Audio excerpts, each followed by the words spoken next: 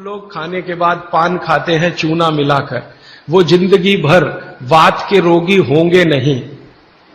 माने चूना वो बोलते हैं सबसे बेहतरीन वातनाशक औषधि है। मेथी का दाना तो है ही, चूना उससे थोड़ा 1 डिग्री ऊपर है। मेथी दाने से चूना सबसे अच्छी वातनाशक औषधि है।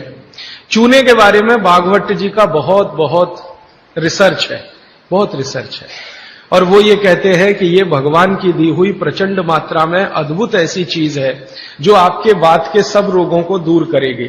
माने घुटने दुखते हैं, कमर दुखती है, कंधा दुखता है, चूना खाइए। फिर वो कहते हैं कि इतना ही नहीं, शरीर में कैल्शियम जो है ना, कैल्शियम ये एक घटक है, माइक्रो न्यूट्रिएंट इसको कह सकते हैं अंग्रेजी में, सूक्ष्म पोषक तत्व है। ये कैल्शियम के बारे में जो गंभीर बात है आज के विज्ञान के हिसाब से जो मैं कहना चाहता हूं, भागवत जी ने तो 3500 साल पहले कह दिया, आज का विज्ञान उसको प्रूव कर रहा है, कंफर्म कर रहा है। वो ये कि कैल्शियम की कमी अगर शरीर को है तो आपको 20 नहीं 50 बीमारियां आएंगी। कैल्शियम की कमी अगर है शरीर को तो 50 बीमारियां आएंगी। क्या क्या आ सकता है? हर तरह का दर्द आपको होगा, हर तरह का, मांसपेशियों का दर्द, हड्डियों का दर्द, सब तरह का। हड्डियों की जितनी विकृतियां हैं वो सब कैल्शियम की कमी से आएंगे। हड्डियों के जितने रोग हैं वो सब कैल्शियम की कमी से आएंगे। फिर वो कहते हैं कि रक्त के बहुत सारे रोग कैल्शियम की कमी से आते हैं, रक्त के रोग, खून की बीमारी। फिर वो कहते हैं कि बहुत सारे कफ के रोग कैल्शियम की कमी से आते हैं। तो कैल्शियम कम नहीं होने देना चाहिए। जो विज्ञान आज का कहता है, आधुनिक विज्ञान ये कहता है कि कैल्शियम वो माइक्रो न्यूट्रिएंट है, वो सूक्ष्म पोषक तत्व है जिसके शरीर में रहने पर ही दूसरे सूक्ष्म पोषक तत्व उपयोगी होते हैं। ये 12-15 साल का रिसर्च है, एक वाक्य में मैंने खत्म कर दिया। कैल्शियम की उपस्थिति में ही बाकी सभी सूक्ष्म पोषक तत्व उपयोगी होते हैं। इसका मतलब यह है कि अगर आपको शरीर में विटामिन सी का असर देखना है तो कैल्शियम चाहिए, विटामिन ए का असर देखना है तो कैल्शियम चाहिए, विटामिन बी का असर देखना है तो कैल्शियम चाहिए, अगर विटामिन डी का असर देखना है तो भी कैल्शियम चाहिए, विटामिन के का असर देखना है तो भी कैल्शियम चाहिए, प्रोटीन अच्छे से आपके शरीर को काम में आए तो कैल्शियम चाहिए, कार्बोहाइड्रेट्स ठीक से आपके शरीर को मदद करे तो कैल्शियम चाहिए, फैट्स आपके शरीर में डिसॉल्व होते रहें और जहां जरूरत है वहां लुब्रिकेशन में मदद करते रहें तो कैल्शियम चाहिए। माने समझ लीजिए कि कैल्शियम अगर नहीं है तो शरीर में सब कुछ बीमारियां आने ही वाली है। इसलिए कैल्शियम की उपलब्धता शरीर को होनी ही चाहिए।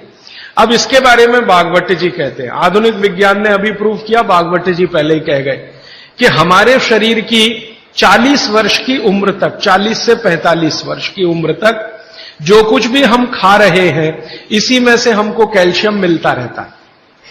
सबसे ज्यादा कैल्शियम आप जानते हैं दूध में है, दूध, फिर दूध के बाद दही, दही के बाद मट्ठा, मट्ठे के बाद मक्खन, मक्खन के बाद घी, इन सब में भरपूर कैल्शियम है।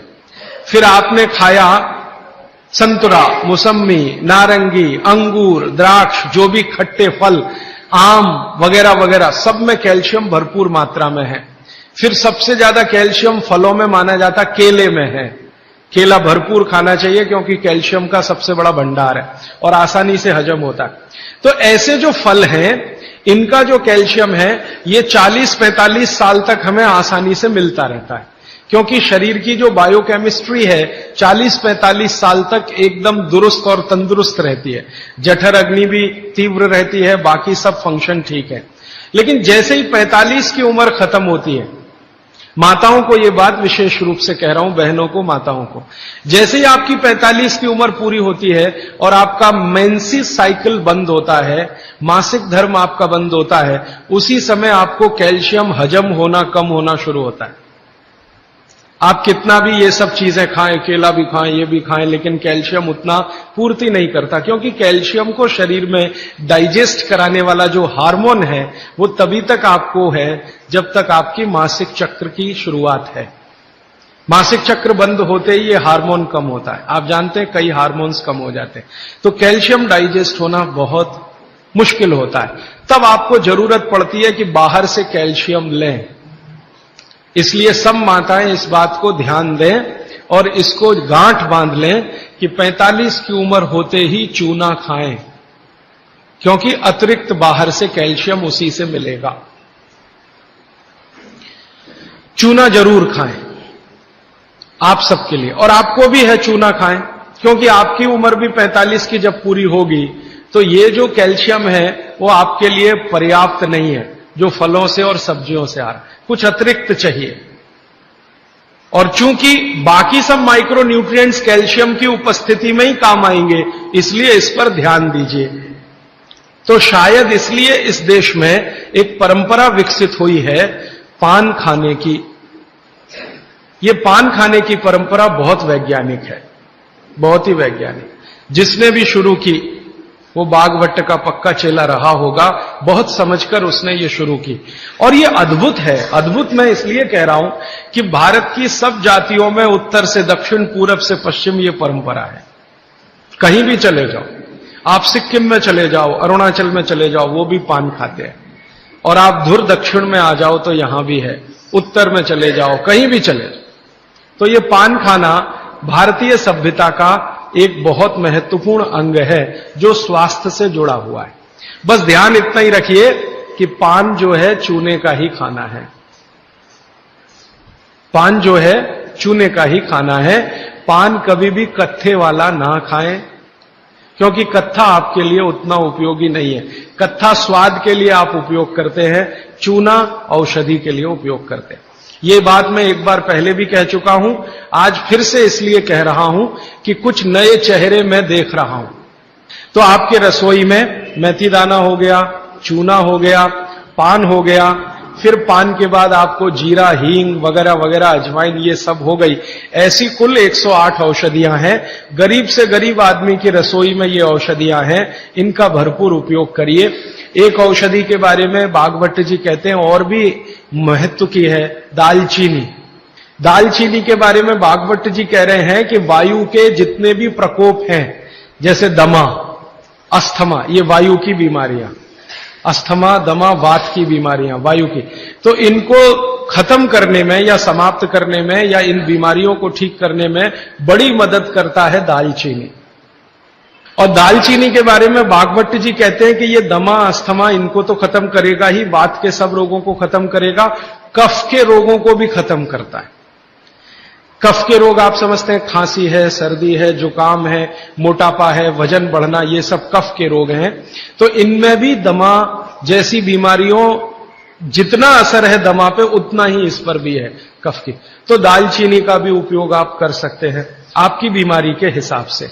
दालचीनी आप सब जानते हैं, आसानी से आपको पहचान में भी आती है। बस उसका उपयोग करते समय ध्यान रखें कि ये ज्यादा उपयोगी है पाउडर के रूप में। कई बार मैंने देखा है भोजन बनाते समय हम दालचीनी का पत्ता डाल देते हैं या उसकी वो जो छाल जैसी है वो डाल, वो उतना उपयोग नहीं आता जितना पाउडर करके वो उपयोग में आता है।